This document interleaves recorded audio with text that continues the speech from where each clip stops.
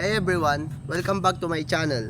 Today, we're dividing into an exciting topic. Collaborative ICT development.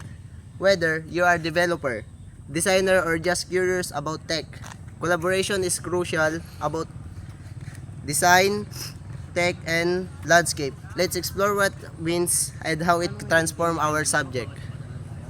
What is collaborative ICT development? ICT development is simple terms, it's process of working together across different terms and expertise to create software, application, and systems.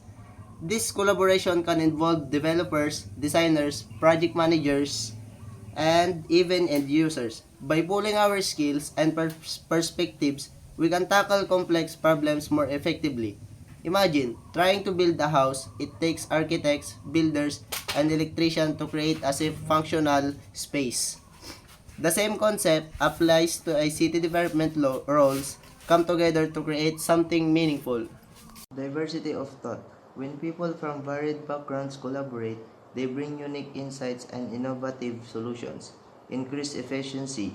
Dividing tasks among team members speeds up the development process significantly. More hands, more lighter work.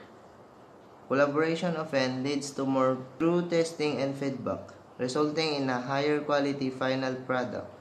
Collaboration fosters a sense of community and connection, which can lead to future opportunities and partnerships. So how can we make collaboration happen?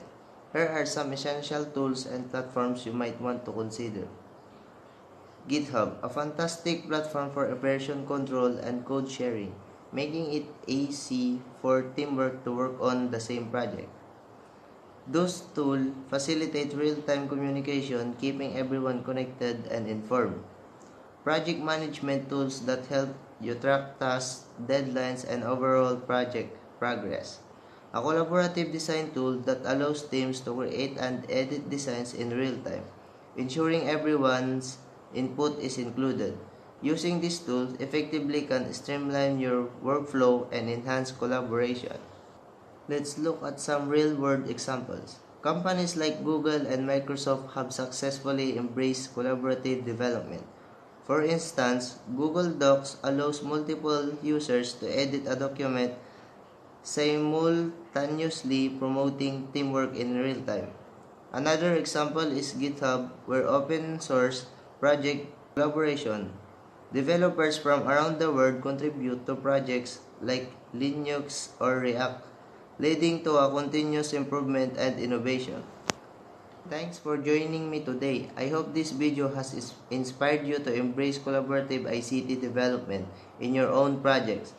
If you found this information helpful, give it a thumbs up and subscribe for more tech insights. I love to hear your thoughts. What collaboration tools do you use? Share in the comments below. See you next time.